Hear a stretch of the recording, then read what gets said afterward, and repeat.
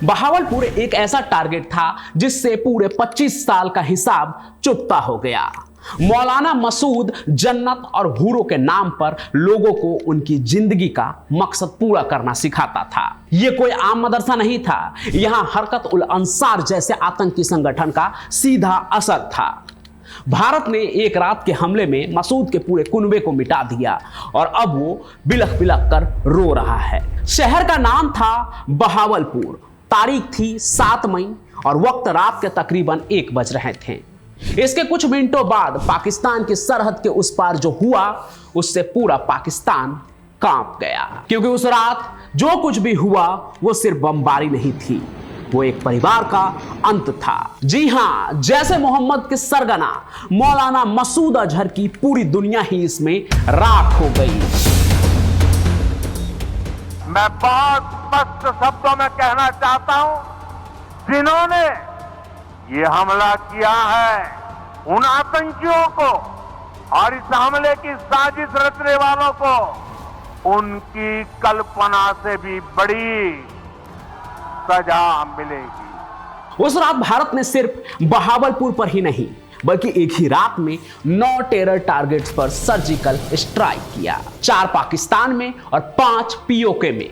लेकिन बहावलपुर एक ऐसा टारगेट था जिससे पूरे 25 साल का हिसाब चुकता हो गया।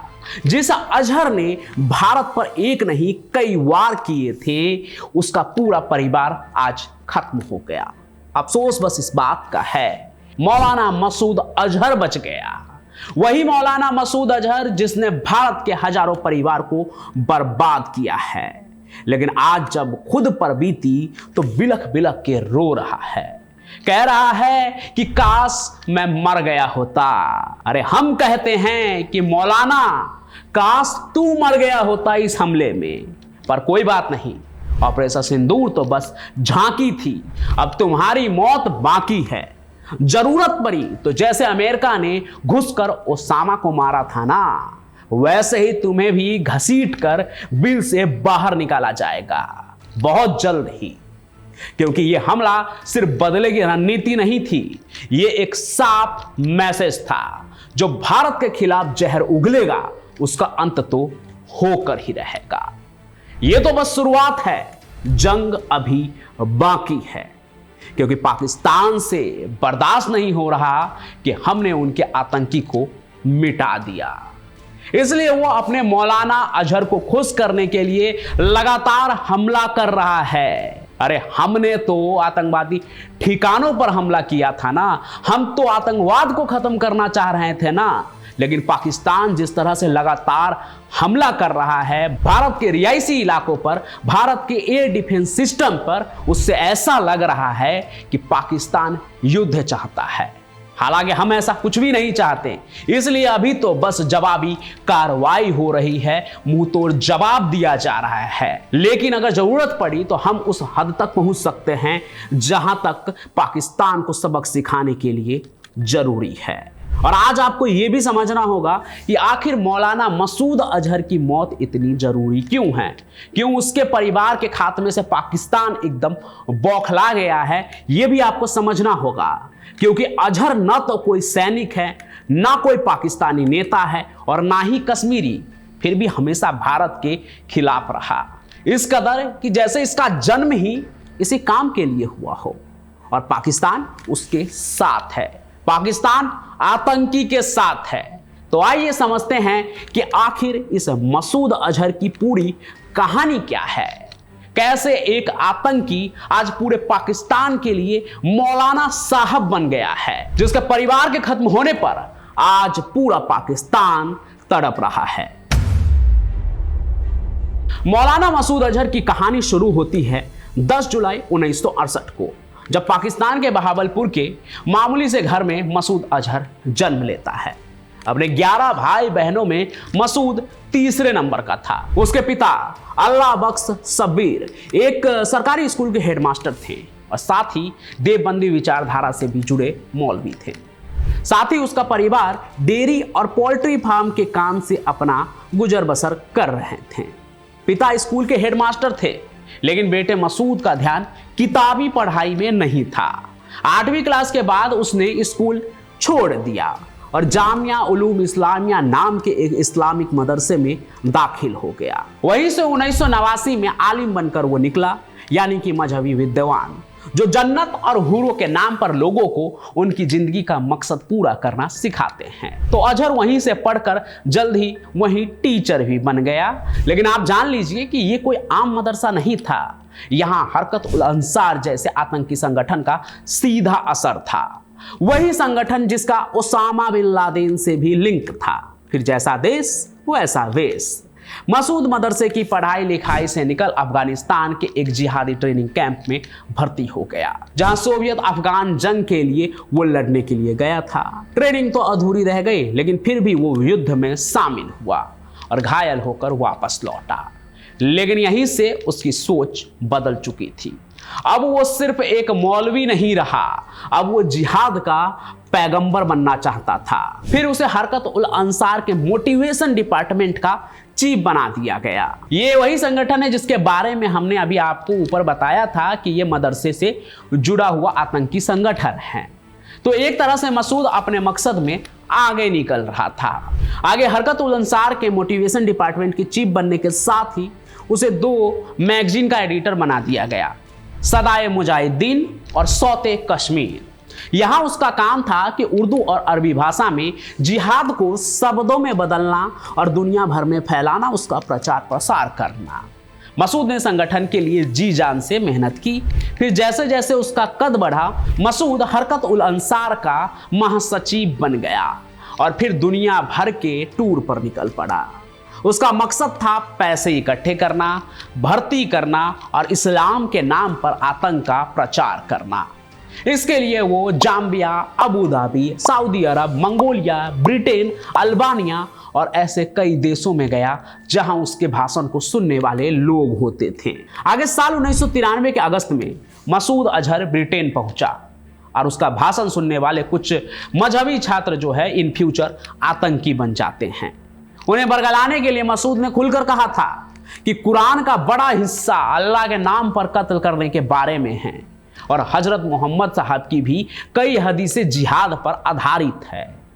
उसके इसी जहर ने ब्रिटेन में 7/7 और 21/7 के आतंकी हमलों और आगे 2006 में लिक्विड बम एयरलाइन प्लॉट को जन्म देता है। लेकिन इन सभी चीजों के बीच उसकी घातक नजर भारत पर भी पड़ चुकी थी, जहां वो मासूम कश्मीरी लोगों को अपना निशाना बनाता है। लेकिन भारत के अंदर मसूद घुसा कैसे, वो भी एक बड़ी कहानी है। तो होता क्या है, 29 जनवरी 1994 को बांग्लादेश के ढाका से दिल्ली के इंदिरा गांधी एयरपोर्ट पर एक मोटा थुलथुल सा आदमी उतरा, जिसका नाम था लुइस कैस्ट्रो। यही नाम था उसके हाथ में मौजूद पुर्तगाली पासपोर्ट पर। लेकिन उसकी शक्ल सूरत पुर्तगाली जैसी कतई नहीं थी, ना ही तो रंग और ना ही तो ढंग। इसलिए एयरपोर्ट पर मौजूद ड्यूटी ऑफिसर ने उसे शक की निगाहों से देखा और पूछा कि आपके हाथ में पुर्तगाली पासपोर्ट है, लेकिन आप तो पुर्तगाली नहीं लगते हैं। इस पर उस आदमी ने, लुइस कैस्ट्रो ने मुस्कुराते हुए जवाब दिया कि दरअसल मैं गुजराती मूल का पुर्तगाली हूं। बस यहीं से शक पर धूल पड़ गई। फिर पासपोर्ट पर बिना दोबारा देखे मुहर लग गई। लेकिन सच्चाई यह थी कि वो आदमी लुइस कैस्ट्रो नहीं, बल्कि पाकिस्तान का खूंखार आतंकी मसूद अजहर था, जो आज अपने परिवार वालों के जनाजे पर बिलख बिलख के रो रहा है। वो उस वक्त कश्मीर को भारत से छीनने की मुहिम लेकर भारत की सरजमी पर कदम रख चुका था, साल 1994 में, याद रखिएगा। ढाका से दिल्ली पहुंचने के कुछ ही दिनों बाद खुद को गुजराती मूल का बताने वाला मसूद श्रीनगर की गलियों में देखा जाने लगा। कहीं वो भड़काऊ भाषण दे रहा था, तो कहीं वो हिजबुल, हरकत और लश्कर जैसे संगठनों के आपसी झगड़ों में मध्यस्थता कर रहा था, मीडिएटर की तरह, कि भाई तुम लोग आपस में मत लड़ो, देखो ऐसा है, हमें मकसद पूरा करना है। इस टाइप का जो काम है वो भी मसूद अजहर करता था भारत में आकर, कश्मीर की वादियों में। लेकिन इन सभी चीज़ों के बीच उसका जो असली मकसद था वो कश्मीरी नौजवानों को जिहाद के नाम पर बहकाकर आतंक की राह पर डालना था।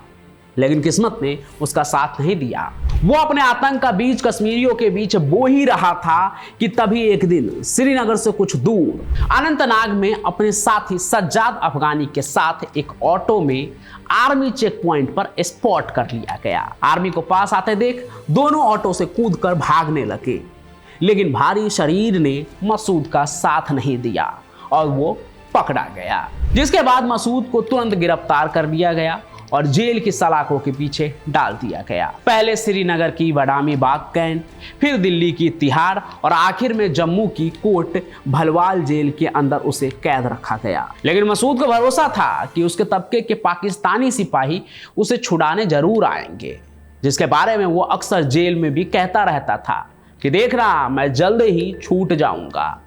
फिर गिरफ्तारी के कुछ महीनों बाद ही पहली कोशिश शुरू हुई, जो जम्मू से बहुत दूर दिल्ली में हुआ। कुछ चरमपंथियों ने दिल्ली में विदेशी सैलानियों को अगवा किया और बदले में मसूद की रिहाई मांगी, लेकिन यूपी और दिल्ली की पुलिस ने जबरदस्त ऑपरेशन करके बंधकों को छुड़ा लिया और कोई सौदा नहीं हुआ। मसूद अब भी सलाखों के पीछे था। दूसरी कोशिश हुई कोट भलवाल में, जहां साल 1999 में आतंकियों ने जेल में एक सुरंग खोद दी। प्लान था कि मसूद को उस सुरंग से निकाला जाएगा, लेकिन इस बार भी मोटे शरीर ने धोखा दे दिया। मसूद सुरंग में ही फंस गया, ना वो बाहर निकल सका, ना आतंकी उसे अंदर ले जा सके। कुल मिलाकर फिर से नाकामी हाथ लगी। लेकिन इन दो कोशिशों के बाद सबसे खतरनाक और खौफनाक कोशिश हुई, और वो था IC-814 का हाईजैक होना। उसी साल के आखिर में काठमांडू से दिल्ली आ रही इंडियन एयरलाइंस के फ्लाइट नंबर IC-814 को हाईजैक कर दिया गया और उसे अफगानिस्तान के कंधार ले जाया गया, जहां तालिबान का राज था और ISI की चलती थी। ये पूरी कहानी मैंने चैनल पर सुनाई है। फिलहाल अभी मैं यहाँ इस कहानी पर डिटेल में नहीं जाऊंगा, आप चैनल पर देख लीजिएगा।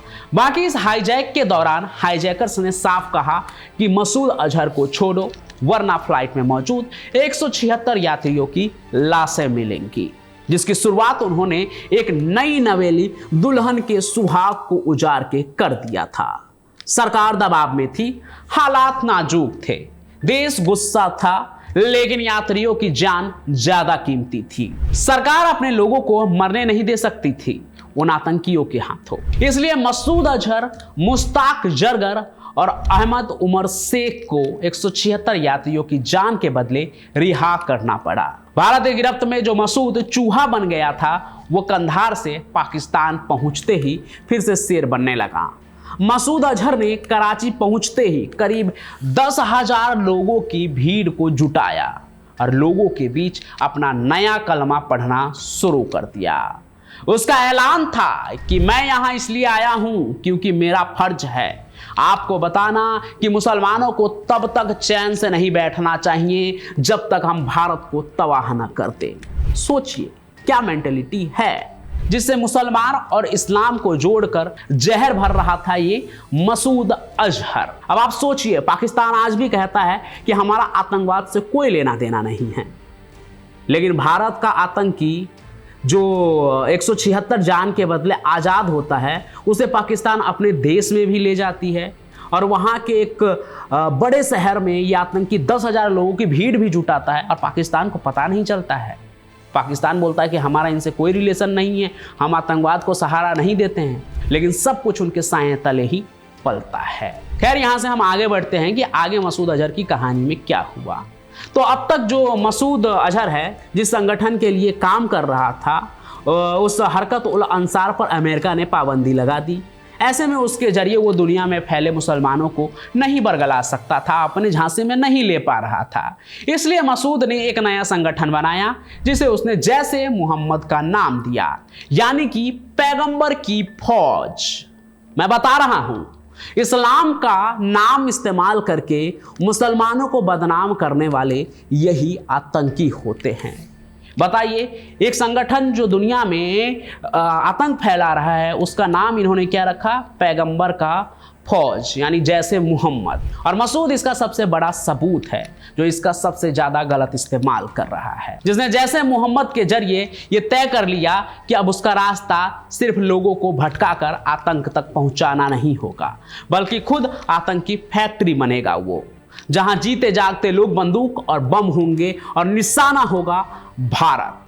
क्योंकि इतने वक्त में वो जान चुका था कि सिर्फ भाषाओं से जिहाद नहीं चलता, संगठन चाहिए, संसाधन चाहिए और सबसे जरूरी सरपरस्ती चाहिए। और ये सब उसे मिलने वाला था क्योंकि अब वो पाकिस्तान की एक नेशनल एसेट बन चुका था। तो मसूद अजहर ने अपने नए मिशन के लिए एक नया संगठन बनाया, JEM, जैसे मोहम्मद, बता ही दिया मैंने। लेकिन ये कोई आम आतंकी संगठन नहीं था, बल्कि एक फैमिली बिजनेस की तरह भी था। अजहर का भाई, उसके भतीजे, यहाँ तक कि उसके मदरसे के शिक्षक और छात्र भी इसमें शामिल हो गए। पाकिस्तान की खुफिया एजेंसी ISI ने न सिर्फ उन्हें समर्थन दिया, बल्कि अफगानिस्तान में बैठे तालिबान और ओसामा बिन लादेन ने भी उसे पैसे, हथियार और ट्रेनिंग कैंप मुहैया कराए। मदरसे की चादरों के पीछे छिपकर जैसे मोहम्मद ने एक खूनी प्लानिंग शुरू कर दी, और जब पहला बड़ा धमाका हुआ तो दुनिया हिल गई। भारत से आजाद होने के 2 साल बाद ही 13 दिसंबर 2001 को भारत की संसद पर हमला हुआ। आतंकियों ने संसद भवन में घुसकर गोलीबारी की और 14 लोगों की जान चली गई। इस हमले के पीछे 2 नाम सामने आए, लश्कर-ए-तैयबा LET और जैसे मोहम्मद JEM। यह हमला इतना बड़ा था कि भारत और पाकिस्तान के बीच युद्ध जैसी स्थिति बन गई थी। टैंक सरहद पर पहुंच चुके थे, लड़ाकू विमान अलर्ट मोड पे थे, लेकिन पाकिस्तान ने हमेशा की तरह अपने पालतू आतंकियों से पल्ला झाड़ दिया, जिसके मौत पर आज वो बिलख रहे हैं। दुनिया भर के दबाव में पाकिस्तान ने मसूद अजहर को 29 दिसंबर 2001 को नजरबंद किया, लेकिन ये सब बस दिखावा था, क्योंकि पाकिस्तान ने ना तो उस पर कोई FIR की और ना ही कोई केस चला। और फिर 14 दिसंबर 2002 को लाहौर हाई कोर्ट ने उसकी रिहाई का आदेश दे दिया। भारत आग बबूला था, लेकिन पाकिस्तान के कानों पर जू तक नहीं रेंगी। इसके बाद मसूद अजहर कहीं गायब हो गया, लेकिन यह गायब होना एक रणनीति थी ताकि वो बिना नजर आए अपनी अगली चालें चल सके। 2008 में जब मुंबई पर 26/11 का हमला हुआ, तब भी मसूद का नाम एक बार फिर उभरा। कहा गया कि मुजफ्फराबाद में मौजूद एक ट्रेनिंग कैंप में वो था, जहां से इस हमले की प्लानिंग हुई। रिपोर्ट्स आई कि उसे गिरफ्तार किया गया, लेकिन पाकिस्तान ने साफ साफ कहा कि मालूम नहीं कि मसूद कहां है। फिर साल 2014 में वो गुमनामी के बाद एक बार फिर से सामने आया। इस बार मुजफ्फराबाद के एक रैली में वो दिखा। उसने खुलेआम ऐलान किया कि कश्मीर में जिहाद दोबारा से शुरू होगा। जैश का एक प्रवक्ता तो यहां तक कह गया कि मसूद अब श्रीनगर में ही हैं। भारत में हलचल मच गई, लेकिन पाकिस्तान मुस्कुरा रहा था। और फिर आया साल 2016। इस बार निशाना था पठानकोट एयरबेस। जैसे मोहम्मद के आतंकियों ने हमला किया और जांच में साफ हो गया कि इस हमले की प्लानिंग खुद मसूद अजहर और उसके भाई ने की थी। हमला शुरू होने के बाद दोनों आतंकियों के संपर्क में थे। भारत ने इंटरपोल से एक और रेड कॉर्नर नोटिस मांगा, लेकिन पाकिस्तान ने इसे नकार दिया। फिर आया 14 फरवरी 2019 और इस दिन ने भारत के दिल पर जख्म छोड़ दिया, क्योंकि जम्मू कश्मीर के पुलवामा में जहां से सुरक्षा बलों का काफिला जा रहा था, वहां एक कार से भयानक धमाका हुआ और 44 जवान उसमें शहीद हो गए।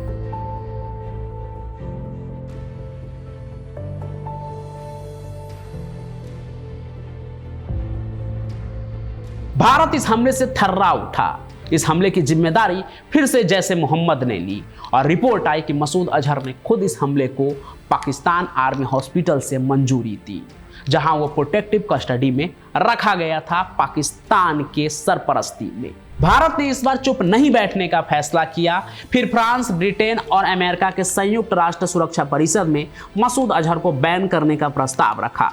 पाकिस्तान ने फिर बहाने बनाए, लेकिन अंतरराष्ट्रीय स्तर पर उसका चेहरा बेनकाब हो चुका था। उड़ी और 2019 में बालाकोट एयर स्ट्राइक से इसका जवाब भी दिया और अपना बदला लिया, उन आतंकियों से बदला लिया। लेकिन हद हुई इस साल 2025 में, जब आतंकियों ने धर्म पूछकर, लोगों की पैंट उतरवाकर उनके धर्म का पहचान किया और 26 लोगों को मौत के घाट उतार दिया। हमारी मां और बहनों को अपनी सिंदूर पोंछने पर मजबूर कर दिया और कहा कि जाकर मोदी से कह दो। यही वो वक्त था जब सब कुछ बर्दाश्त से बाहर हो गया और भारत ने तय किया कि साल 2025 में पोंछे गए हर सिंदूर के कतरे का जवाब अब भारत पाकिस्तान और उनके आतंकियों को देगा। फिर जो 7 मई की आधी रात को हुआ वो पिछले 25 सालों का जवाब था, जिसमें मारे गए 90 आतंकी में एक पूरा परिवार उसी मसूद अजहर का था। उसका भाई था, उसका भतीजा था, उसका भांजा था। वो सभी थे जो आतंकी थे, एक पूरा परिवार। वो इस हमले में खत्म हो गए, राख हो गए, जिसने हमें बार बार रुलाया। लेकिन अब बारी थी कि वो खुद रोए। उसकी नस्ल तो खत्म हो गई, अब सिर्फ एक आखिरी कदम बाकी है, वो कदम जिससे मसूद अजहर का अंत होगा। मौलाना मसूद भले ही दुनिया के सामने ये बोले कि उसे कोई अफसोस नहीं है, लेकिन सच यही है कि मौलाना डर चुका है, अंदर से टूट चुका है। उसके सिर पर मौत का साया मंडरा रहा है और अपनी जिंदगी की उल्टी गिनती वो गिन रहा है। गिनना भी चाहिए, क्योंकि जल्द ही ये गिनती 0 पर आकर रुक जाएगी।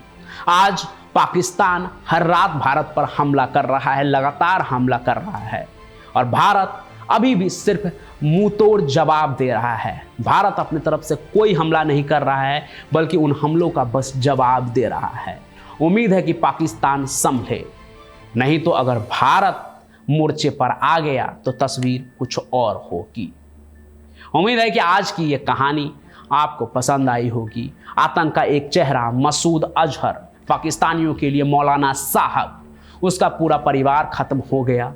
और ये मसूद अजहर का परिवार खत्म होना कितना बड़ा एक तरह से कहे कि अचीवमेंट है, और कितना एक बड़ा काम है कि आतंकवाद की एक पूरी नस्ल खत्म हो गई। और ये मसूद अजहर क्या था, क्या उसने किया पिछले 25 सालों में, सोचा कि वो कहानी आपको बताऊं कि भारतीय सेना ने जो ये एयर स्ट्राइक किया उससे कितनी बड़ी एक मुसीबत टली है, उसके बारे में आपको भी बताऊं कि 25 सालों की वो क्या कहानी थी। इस पर आपका क्या कहना है कमेंट जरूर कीजिएगा। कहानी को आगे भी ज़्यादा से ज़्यादा शेयर कीजिए और चैनल को सब्सक्राइब जरूर कर लीजिए, ताकि जब मैं ऐसी कहानियाँ लेकर आऊँ तो उसका नोटिफिकेशन आप तक पहुँचे सबसे पहले।